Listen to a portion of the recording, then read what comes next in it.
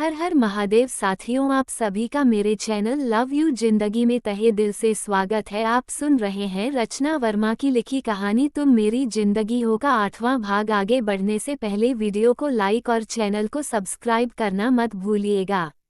अभिज्ञा ने जिंदगी को बेड के बीचों बीच बैठाया था, लेकिन साहिर के डर से वो किनारे आ गई थी क्योंकि वहां से भागने में समय लगता। इसलिए वह खुद खिसक के पहले ही किनारे आकर बैठ गई थी और दूसरे में इतनी तेजी से झटका लेने के कारण लहंगे में फंसकर अगले ही पल वो बेड के नीचे पहुंच जाती। लेकिन उसके पहले ये साहिर ने तेजी दिखाते हुए अपने दोनों हाथ आगे कर दिए थे।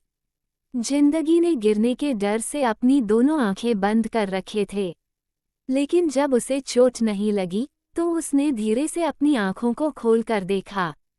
वह बेड और साहिर के हाथों के बीच में ही रह गई थी। जिंदगी को अपने बाहों में लिए साहिर बेखुद सा उसे देख रहा था। दोनों की नजरें एक पल के लिए मिली। उस एक पल के लिए जिंदगी ने साहिर की नजरों में अपनी इस बेवकूफ़ी के लिए कोई गुस्सा नहीं देखा, बल्कि उसकी आंखों में कुछ और था। क्या था, जिंदगी अच्छे से समझ नहीं पाई। दिल में अंदर ना जाने कौन सा शोर सा बरपा हुआ था। धड़कने एक के बाद एक बेखुद होती जा रही थी। शायद एक बहुत पुराना सपना था और सबसे खूबसूरत, जो कि आज इस पल हो गया था। साहिर बहुत चाव के साथ ही जिंदगी की तरफ देख रहा था। अपने होश से बेदार होकर वह जिंदगी के खूबसूरत और मासूम चेहरे को देख रहा था। बचपन से लेकर आज तक न जाने कितनी बार उसने जिंदगी को देखा था। हर रूप में उसे शुरू से ही जिंदगी अच्छी लगती थी, चाहे वह कितनी शैतानियां या नादानियां करती रहे। परंतु आज जो रूप उसके आंखों के आगे था, सीधे दिल में उतरता हुआ महसूस हो रहा था, या फिर अभी कुछ देर पहले लिए हुए उन 7 फेरों का परिणाम भी था, जिसने इन दोनों के तन मन को 7 जन्मों के लिए एक साथ बांध दिया था। अग्नि को साक्षी मानकर लिए गए 7 फेरे 2 दिलों को जन्म जन्मांतर के अटूट बंधन में बांध देते हैं। ये रिश्ता खून का नहीं होता, लेकिन खून के रिश्तों से बढ़कर होता है, क्योंकि इसी रिश्ते से खून के रिश्ते जन्म लेते हैं। ये रिश्ता दिल का रिश्ता होता है। बरसों पहले अपने पापा सा के मुंह से सुनी गई ये बात आज साहिर के दिमाग में आ रही थी। आज जिंदगी को बेखुद होकर देखने का साहिर के पास हक भी था और इजाजत भी। साहिर जिंदगी के नक्शे नक्शे को अपनी आंखों में बसा लेना चाह रहा था। सिंदूर के रंग ने जिंदगी की रंग को और निखार दिया था। एक अलग ही नूर जिंदगी के चेहरे पर फैला हुआ था। आज जाकर साहिर को सिंदूर और मंगलसूत्र की अहमियत समझ में आ रही थी। इस सिंदूर के लाल रंग ने उसकी और जिंदगी में खुशियों के रंग भर दिए थे। उसके ऊपर जिंदगी का और जिंदगी के ऊपर उसका अधिकार पूरी तरह से पक्का कर दिया था। साहिर के दिल में जहां पिछले कई दिनों से बेचैनी पसरी हुई थी, आज उसे वहां एक शांति सी उतरती महसूस हुई। दिल का मौसम अचानक से बदल चुका था। साहिर का दिल आज मोर की तरह खुशियों से नाच रहा था। एक पल में ही दुनिया बदल चुकी थी। एक अनजानी, अनदेखी की खुशी ने साहिर के दिल में अपना कब्जा जमा लिया था। वह अपनी सारी टेंशन भूल चुका था। साहिर का चेहरा जिंदगी की तरफ झुकने लगा था, लेकिन इधर जिंदगी की हालत तो बहुत बुरी हुई थी। पल के झुकाए हुए ही जिंदगी महसूस कर रही थी कि साहिर उसे देख रहा है, लेकिन लरचते हुए पलकों में इतनी भी हिम्मत नहीं थी कि वह पलकों के पर्दे को उठाकर साहिर चेहरे की तरफ एक बार ही सही देख तो ले। बाकी सबकी नज़रों से बचाकर जिंदगी ने शादी के दौरान ही 1-2 बार साहिर की तरफ देखकर उसके चेहरे से अनुमान लगाना चाहा था कि आखिर साहिर के दिल और दिमाग में क्या चल रहा है। आम लड़कियों की तरह जिंदगी के पास सारे फैसले के अधिकार होने के बाद भी जिंदगी अपने फैसले लेने के लिए पूरी तरह से स्वतंत्र नहीं थी। कहीं न कहीं घर परिवार इज्जत-मान मर्यादा की गठरी उसके सर पर रखी हुई थी। राजमाता स्वर्णा देवी ने जब जिंदगी को उसके फैसले का अधिकार दिया तो जिंदगी ने अपनी आंखें बंद करके एक बार अपने मन में सोचा था कि उसे क्या चाहिए, आखिर वह करना क्या चाहती हैं। तब उसके आंखों के आगे सबसे पहले जितेंद्र जी का चेहरा आया, जो कि साहिर के हर फैसले में उसके साथ होते थे, जिनके लिए रानावत परिवार के मान सम्मान और प्रतिष्ठा से बढ़कर कुछ नहीं था।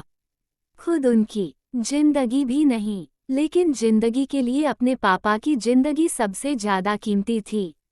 जिंदगी की मुश्किल आसान हो गई थी। एक तरह से उसने अपना फैसला अपने पूरे परिवार को देखते हुए लिया था।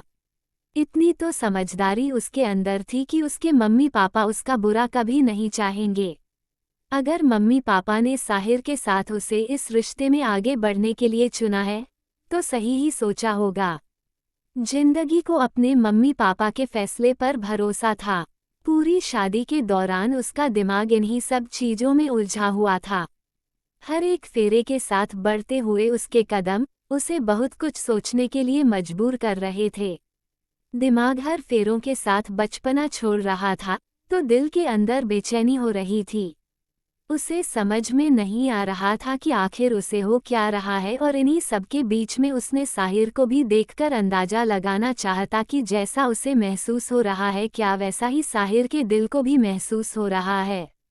लेकिन हमेशा की तरह साहिर का सपाट चेहरा उसे कुछ भी बताने में या फिर जिंदगी के किसी भी डाउट को क्लियर करने में असमर्थ था।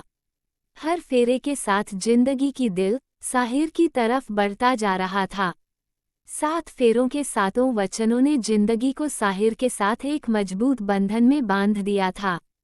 हर एक वचन के साथ जिंदगी में इतना तो जरूर सोचा था कि अब वो अपने आखिरी सांस तक इन वचनों को जरूर निभाएगी। लेकिन साहिर क्या सोच रहा है, उसके दिल में क्या चल रहा है, जिंदगी यह नहीं समझ पाई थी। साहिर के दिल की हालत से जिंदगी अभी तक अनजान थी, जबकि साहिर ने अपने आप को इस रिश्ते के लिए मेंटली तौर पर बहुत तैयार किया था। रस्मों रिवाज और धर्म पर पूरी आस्था रखने वाला साहिर सिंह राणा अपनी जिंदगी के पुराने बीते हुए सारे अध्यायों के पन्ने बंद करता हुआ जिंदगी के साथ ही अपनी जिंदगी के नए अध्याय को शुरू करने के लिए हर फेरों के साथ आगे कदम बढ़ा रहा था। वह जिंदगी के साथ ही अब अपनी जिंदगी में आगे बढ़ने जा रहा था। पर जिंदगी को ऐसा लगता था कि राणा सा अपने बढ़े हुए कदम कभी पीछे नहीं लेते। पहले मैरिज ऑफिस में उन्होंने जिंदगी शादी कर ली है और अब वह जिंदगी को छोड़ नहीं सकते। इस कारण उन्होंने जिंदगी के साथ ही अपनी जिंदगी में आगे बढ़ने का फैसला लिया है। बाकी वह फोटो वाली लड़की तो अभी भी उनके दिल में कहीं पीछे बैठे ही होगी। इस समय अगर जिंदगी ने अपनी नजरें उठाकर साहिर देख लिया होता तो शायद उसके ये बिना सिर पैर के हवाई किले हवा में उड़ गए रहते और वो खुद साहिर की पुरखुलूस मोहब्बत में गिरफ्तार हो जाती। लेकिन अभी तो उसे अपनी बेवकूफ़ी याद करके रोना आ रहा था। ना वह उस जयंत के झूठे सच्चे बातों में फंस कर उससे शादी करने जाती और ना ही उसे साहिर साथ सच में शादी करनी पड़ती। लेकिन अब पछताने से फायदा भी कुछ नहीं था। जो होना था सो हो चुका था। कांटों पर पैर रख दिया था, अब किसी तरह से चलना ही था। ये महल, यह ऐसो आराम, और खासकर आज की गई इस कमरे की सजावट एक आम लड़की का सपना होती है। सोते जागते खुली आंखों से भले कोई स्वीकार करे या ना करे, आंखों ने जरूर ऐसा कुछ सपना बुना ही होता है। पर जब ये सपना हकीकत बनकर सामने आता है तो आंखों की नींद उड़ जाती है। वही हाल इस समय जिंदगी का था। मन में एक घबराहट, एक बेचैनी हो रही थी। ना जाने घबराहट और बेचैनी किस कारण से थी, जिंदगी समझ नहीं पा रही थी। काफी सोचने के बाद उसके दिमाग में सिर्फ 2 ही कारण बताए थे।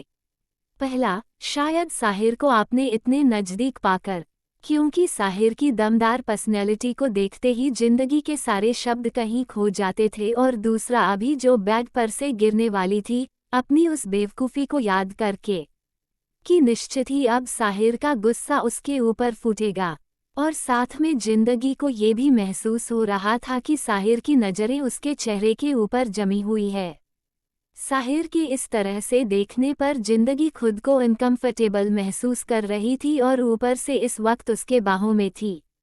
उसके छोटे से दिमाग में बार बार यह बता रही थी कि किसी वक्त भी साहिर गुस्सा उस पर फूट पड़ सकता है और वह तुरंत चिल्लाएगा कि तुम्हें बार बार यह गिरने का शौक चढ़ा रहता है। इसलिए वह झटके से सीधा होना चाहती थी। उसने तेजी से अपने पैर जमीन पर रखना चाहे। तभी साहिर की आवाज उसके कानों में पड़ी, अरे आराम से। लेकिन जिंदगी में आराम कहाँ था।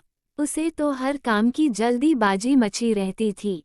साहिर ने जब जिंदगी को इस तरह से घबराते हुए देखा तो पहले उसे अपने दोनों हाथों में उठाकर सही किया और फिर धीरे से जमीन पर खड़ा कर दिया। हर वक्त जल्दी में रहती हो, कभी कभी आराम से भी काम कर लिया करो। जल्दीबाजी में हर वक्त काम बिगड़ता रहता है। जब देखो तब गिरती पड़ती रहती हो, अभी चोट लग जाती तो।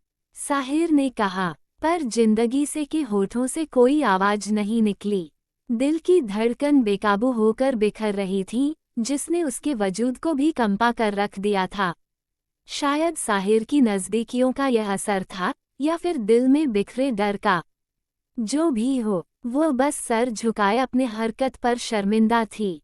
चुपचाप सर झुकाए हुए नीचे जमीन को देख रही थी और साहिर बेखुद सा जिंदगी के लजाया शर्माए चेहरे को देख रहा था। इट्स ओके, मैं समझ सकता हूँ आज दिन भर केवल जर्नी और काम में ही निकल गया है। जाओ, जा चेंज कर लो। इन भारी भरकम कपड़ों और गहनों में अच्छे से नींद भी नहीं आएगी। उसके बाद आराम से सो जाना। जिंदगी को आंखें बंद किए हुए देखकर साहिर ने यही सोचा कि उसे नींद आ रही है। जान बची तो लाखों पाए। जिंदगी तेजी से वॉशरूम की तरफ भागी। इतनी तेजी से भागी कि वह अपने कपड़े ले जाना भी भूल चुकी थी। उसकी तेजी देखकर साहिर सोच में पड़ गया। खुश रहिए, स्वस्थ रहिए, हंसते रहिए, मुस्कुराते रहिए और यही YouTube पर मिलते रहिए। मिलते हैं अगले भाग के साथ। वीडियो को लाइक और चैनल को सब्सक्राइब करना मत भूलिएगा। हर हर महादेव।